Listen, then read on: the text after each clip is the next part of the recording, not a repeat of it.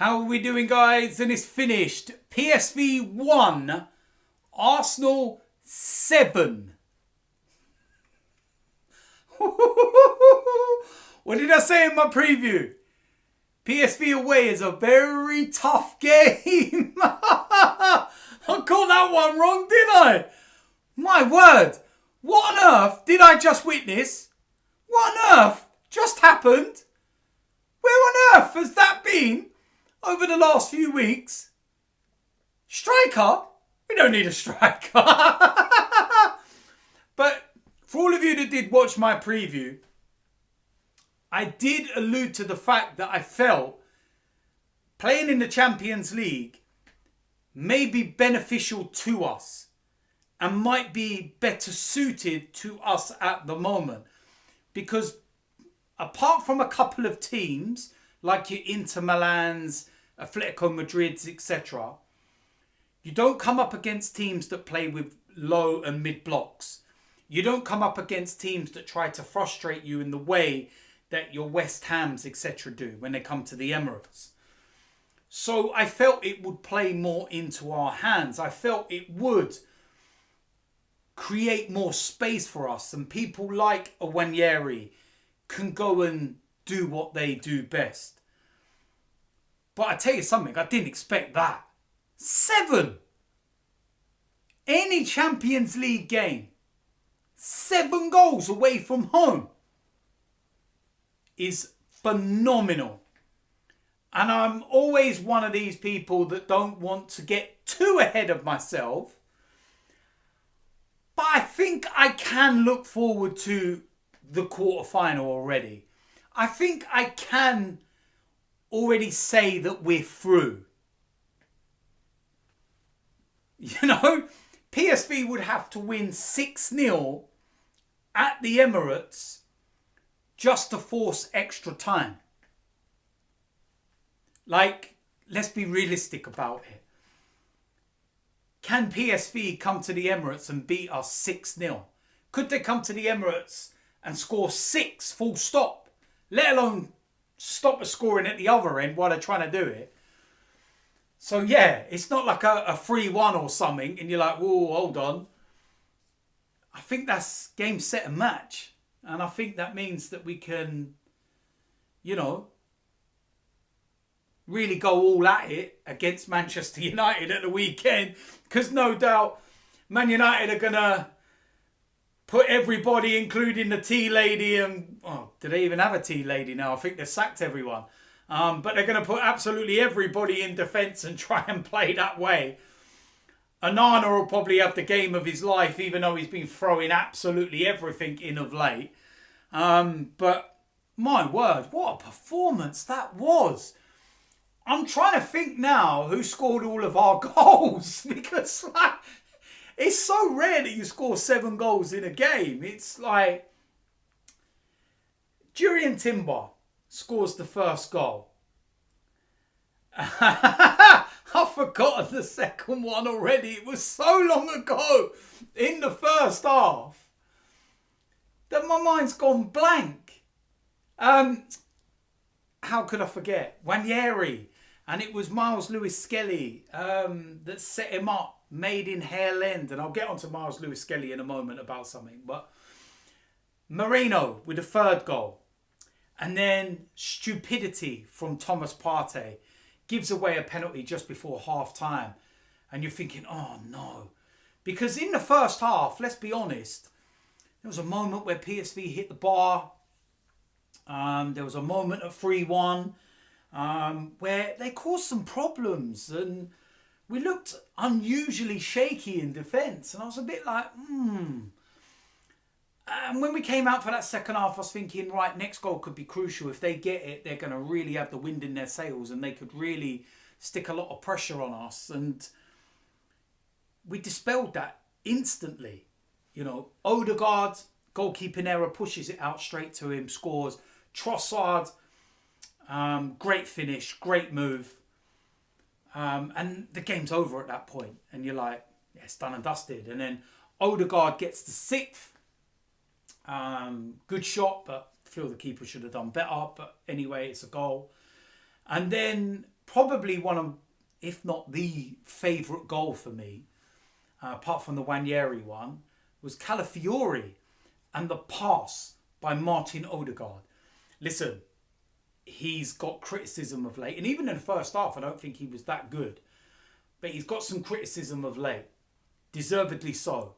But my word, that pass for Calafiori's goal was simply outrageous. And the finish, superb. And yeah, like I said, Miles Lewis-Skelly, I feel he was very fortunate. Very, very fortunate not to receive a red card. I think it was 3-0 at the time. I can't actually remember what it was. I think it was 3-0 at the time. He gets booked. That was a bit of a debatable one, the first yellow card. But he's got it. And then he lunges into a tackle when, you know, the player's going out wide. There's no need for it. It's the inexperience. It's just the lack of, you know, understanding and game intelligence. And it was nice to see a European referee that was very calm. And despite the protests and the rolling around, and he was like, listen, calm. Okay, not every single tackle is a yellow card offence. I'm going to give him a final warning. Let's, you know, make it that. And it's nice to have seen that. And pretty much instantly, Mikel Arteta's gone. Done. Night over. Off you come. Not even going to debate it for the next 15, 20 minutes of the first half, because PSV would have just gone down that side and done everything to try and get him sent off. And even though it's 3-0 at that time, you know, you get a goal, it's 10 men, and it's just that whole thing again. And it's just, for his own protection and everything else, get him off, job done, he's got an assist, just move on. But I do feel that, you know, Lewis-Skelly will be targeted at the moment, given the situation. He's had 2 red cards already, 1 rescinded, could well have got his 3rd already tonight.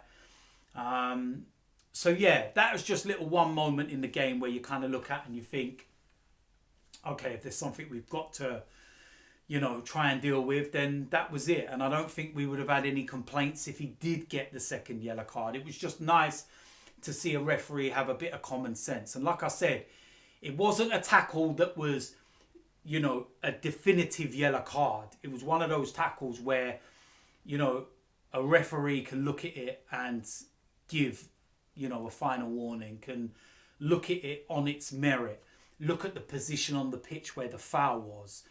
Loads of things to take into consideration and a lot of context behind it, which is why I feel he came to that decision. So it was nice, because if in the Premier League, you already know they would have straight gone, yellow, red, bang, done.